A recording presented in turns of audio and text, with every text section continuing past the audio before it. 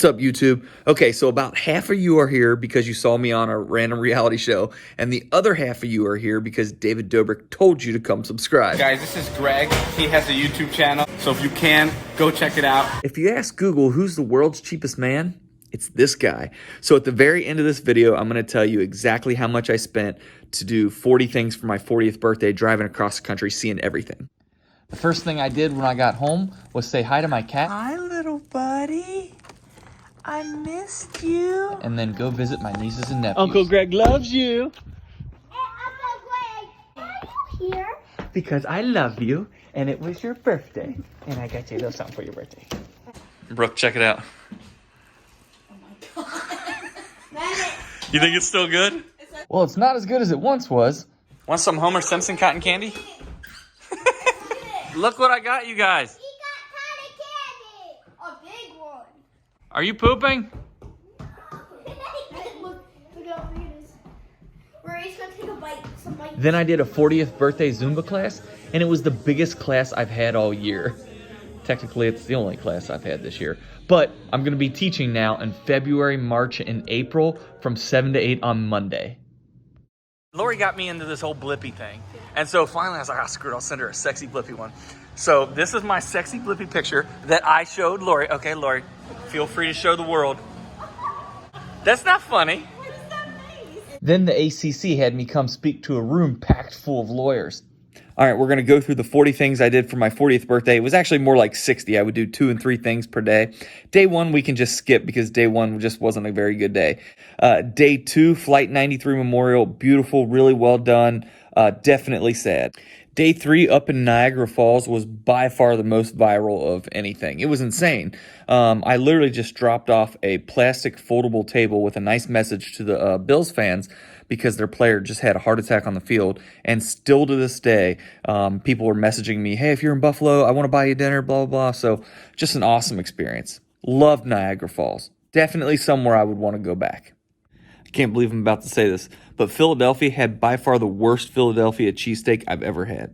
I was positive the craziest thing that was going to happen this entire trip happened while I was at the Capitol building. I was there on January 6th during the anniversary of the riots while they were voting on a speaker in the House, and an officer just let me in like it was nothing. While it was closed off, by the way.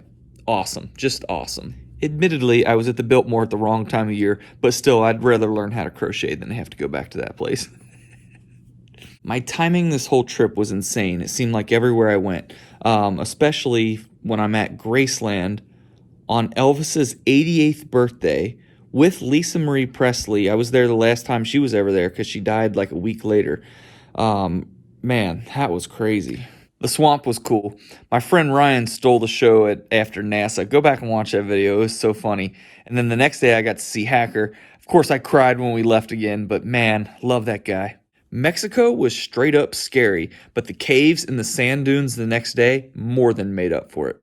Roswell could be cool, but nobody there really knew what they were doing. Alec Baldwin, the timing again, crazy. After I make this video, he literally gets charged with manslaughter. Slab City is going to be a national park someday. You just have to see it to believe it. Super crazy, super cool, especially being by the Salton Sea. Okay, with Richard Simmons, I never got to finish telling that story. I'm so sorry. I will eventually, I promise. Okay, so Eric is a YouTuber. He held the world's largest pizza party while I happened to be in town. And because of this video, my nieces and nephews finally subscribed to my YouTube. Such an honor. Okay, so I was ready to go home after meeting David Dobrik. That was literally the highlight of my trip.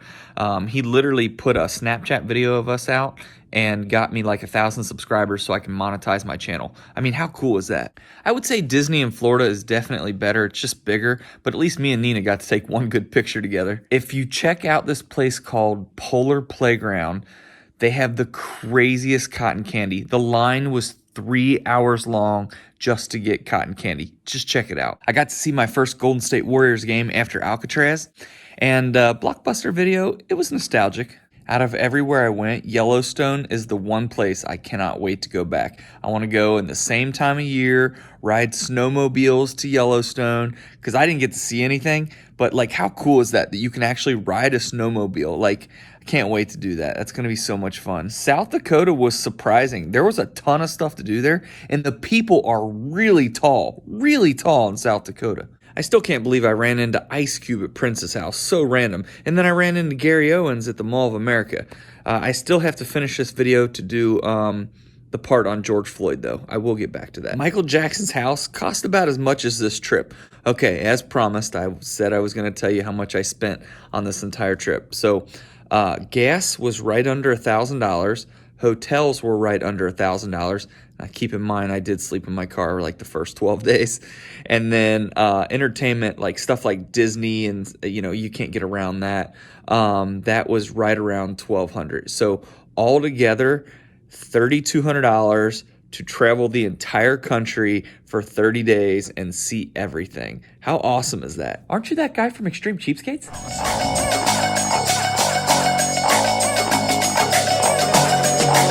One of the coolest birthday presents I got was from my friend Scott in Albuquerque. He paints cockroaches, and then the cockroaches do whatever cockroaches do. These cockroaches appear to be pro-Ukraine.